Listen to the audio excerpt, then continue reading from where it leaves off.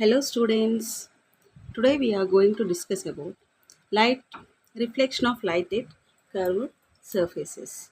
10th class lesson 1. Lesson 1. Already you discussed about reflection of light at plane surfaces in previous classes. Right? In 8th class it is the plane surfaces. What is a plane mirror? Suppose if you are taking a mirror, every plane mirror will have two sides. One side is reflecting surface, other side is non-reflecting surface. Every mirror will have non-reflecting surface. I think everyone know, మీ అందరికీ తెలుసు, back side ఒక coating ఉంటుంది, silver coating, which makes the mirror to reflect the images, right?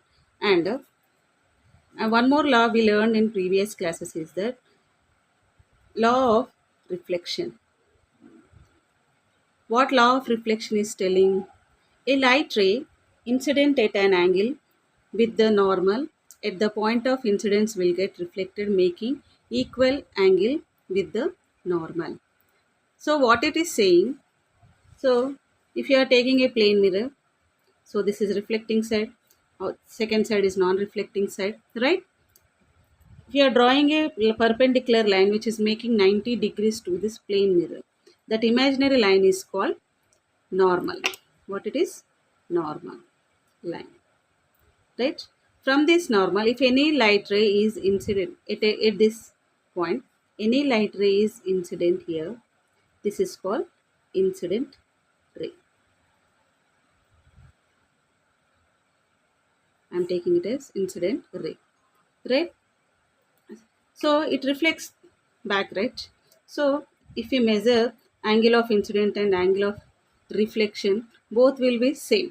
Suppose if it is 60 degrees, reflected angle also from the normal we have to measure it, not from the plane surface. We have to measure from the normal line.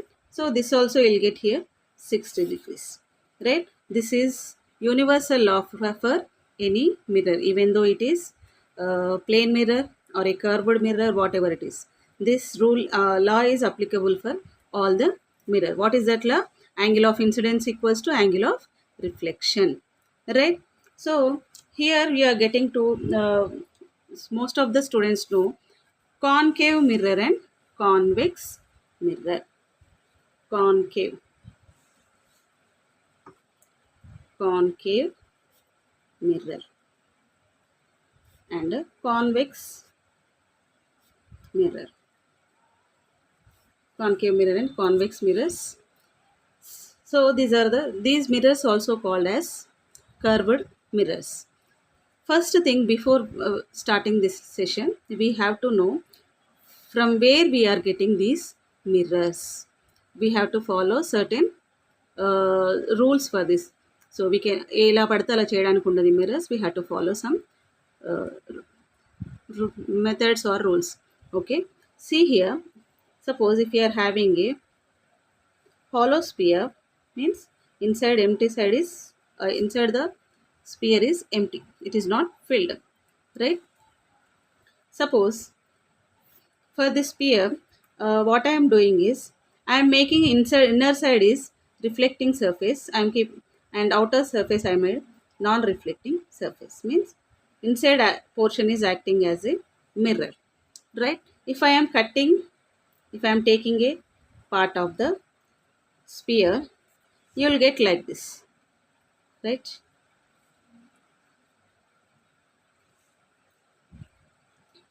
First mirror it is, means whenever a light ray falls on the mirror, it reflects back like this. So inner portion is reflecting surface, outer portion is non-reflecting surface, where bulged side is outside one, that is non-reflecting surface. Suppose if I am taking one more sphere, where, see here, outer surface is reflecting surface, inner portion I made it as non-reflecting surface. So I am taking a portion of it, a part of the sphere. So what you will get, this piece is will be like this. Means If any light ray falls on the mirror, it will diverge like this. Right. Here we got two different mirrors. Two different mirrors. See here, this mirror is called, if it is inner portion is reflecting surface, bulged surface is non-reflecting, it is called concave mirror. So this is called, if a bulged surface is reflecting side, reflecting surface, inner portion is, or inner portion is non-reflected surface, that is called convex mirror. Right? So both will be looking same. We have to remember the words, which one is concave mirror, convex mirror. So to remember this, we are having a simple logic to remember this. Suppose, I think everyone know, house of the lion den. Lion den will be like this, no? Right? So we can call it as cave also. Means lion will go enter like this, right? So using this word cave, I am taking, means light is falling on reflecting surface, inner portion is reflecting surface, no?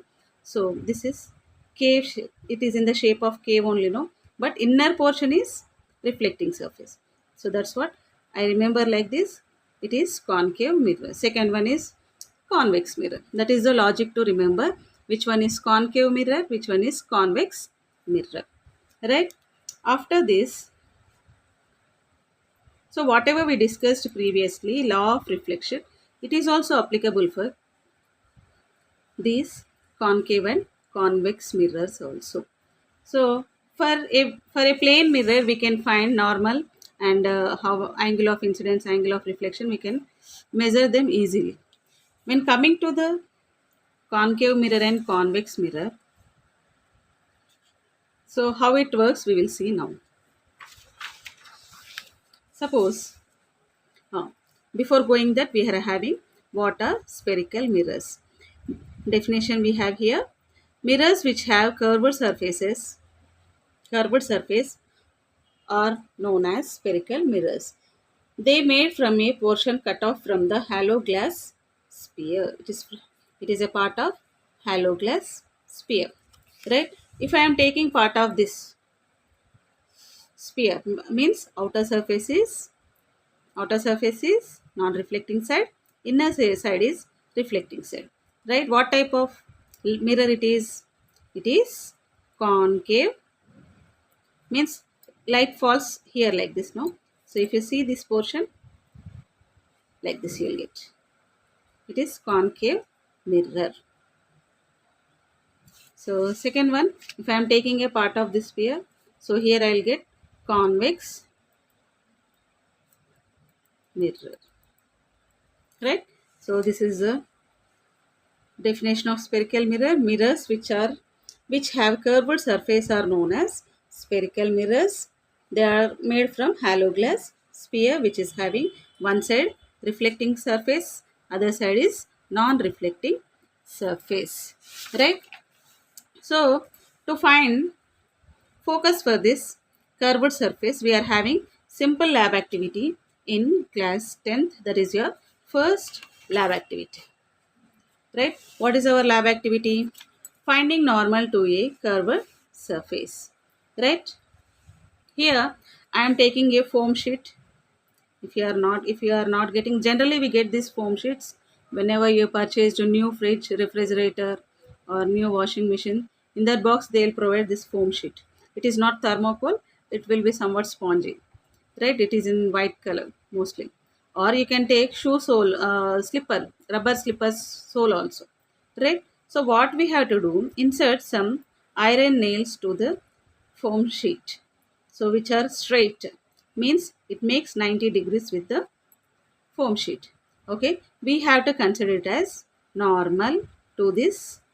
At this point it is considered as normal, at this point it is considered as normal, which is making 90 degrees. Clear? Right. Suppose what I am doing, I am bending this foam sheet inwards, means these iron nails to bends in inner side. So what you have to do is extend, after holding the foam sheet, extend your imaginary lines. So they seem to be meet at one point, right? This point is called center of curvature.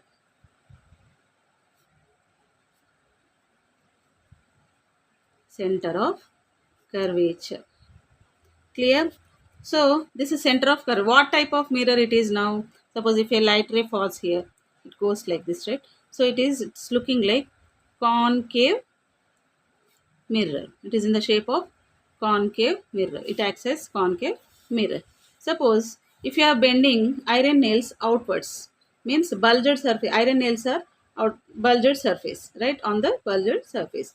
Now, so they are diverging with each other, not converging. Here these imaginary lines are meeting at one point, means they are converging at one point, right? Here they are diverging, they never meet at point, but backside if you extend your line, so they will meet at point. This is center of the mirror.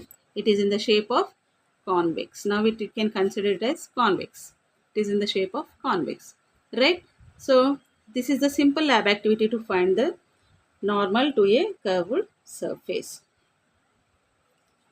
right? So concave mirror is having one more name, that is converging mirror. Converging mirror. Why? Because if light ray falls here, so if you are getting parallel light rays, if you are trying to or if you have placed this mirror in the sun, from the sun only we'll get all the parallel rays, right? They will meet at point. That point is the image of the sun. This point is called as center of curvature, right? So all the light rays converge at point. That's what it is called as converging mirror. So here, when light ray falls on the surface of this convex mirror, it diverges. They'll never meet at any point, right? So that's what it is called, diverging mirror.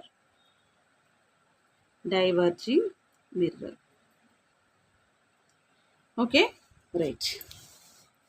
Next, for a concave mirror, all the normals will converge towards a point. This point is called center of the curvature.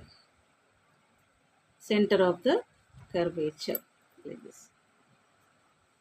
For a concave mirror, all the normals will converge towards a point.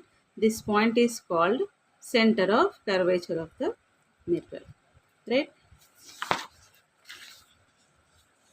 So before going into the lesson, we have to know about some terms related to the mirror, right? First one is pole. Pole, the midpoint of the mirror is called pole. Suppose if you are taking any concave lens or convex lens, no, sorry. Convex means here.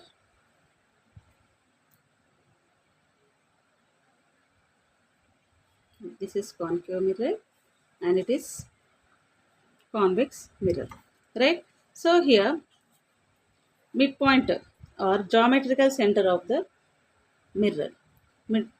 This point is geometrical center for this mirror. It is called pole of the mirror. Generally it is represented by capital P. Clear? Suppose it may be here. Pole of the mirror, midpoint of the mirror or geometrical center of the mirror. Right? This is the definition for pole. The midpoint of the mirror is called pole of the mirror or geometrical center of the mirror.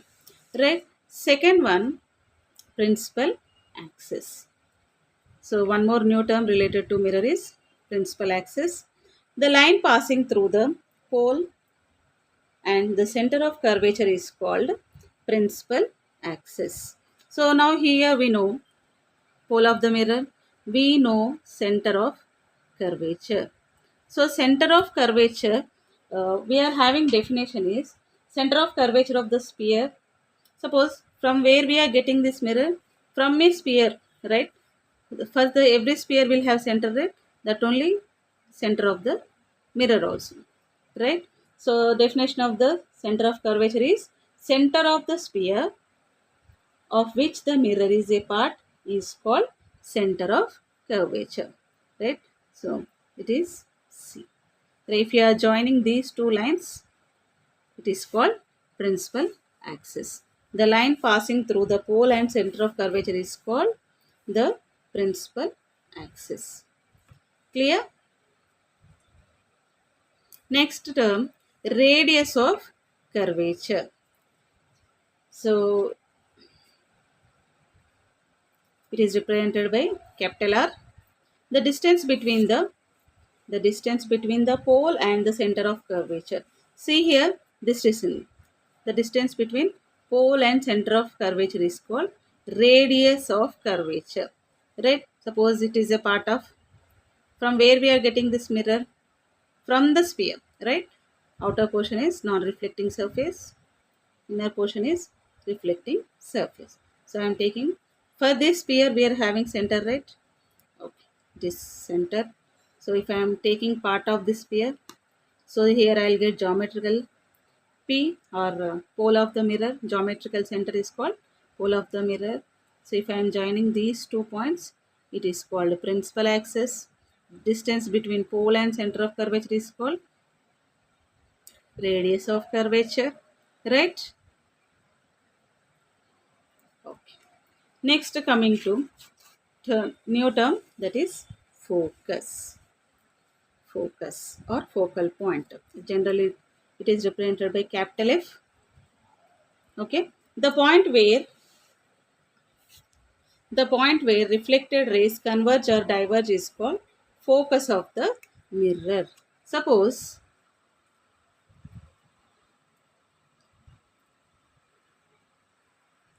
the point where reflected rays converge or diverge is called focus of the mirror. Here, see here, I am having a, what type of mirror it is? It is concave mirror.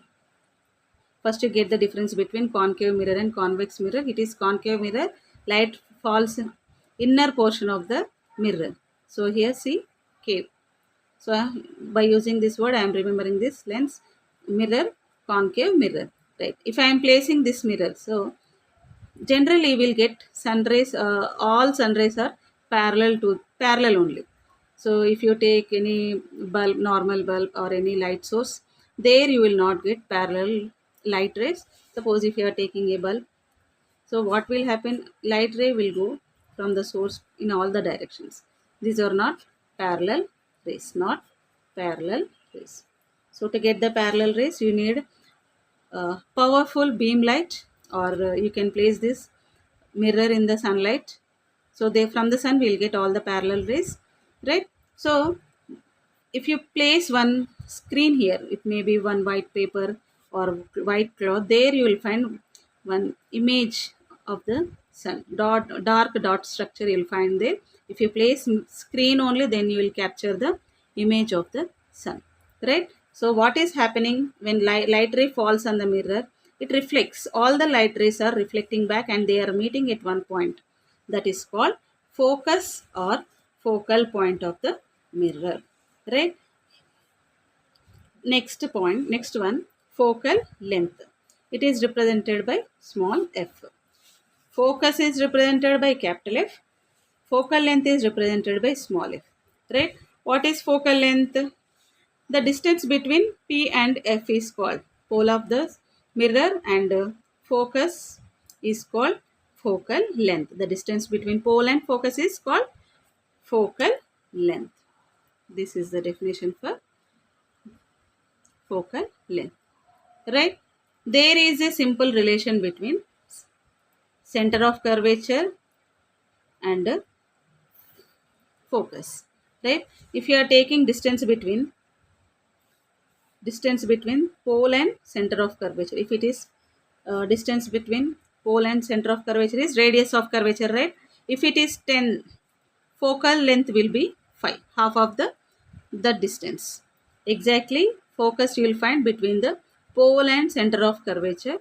Their midpoint of pole, radius of curvature we call it as focus. That point, midpoint generally, that is a relation between C equals to 2F, or you can write R equals to 2f, right? Next means distance with radius of curvature is double the focal length,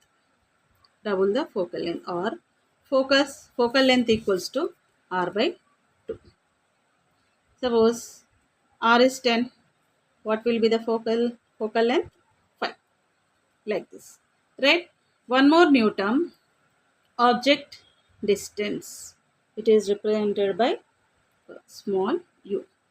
The distance between, suppose if I am placing a light source near here, like this, if I am placing one candle here, so which acts as light source here, from the point, from this flame, light rays falls on the mirror, somewhere you will get the image, maybe somewhere you will get here, like this. If you place your screen, then only you will capture the image, right? So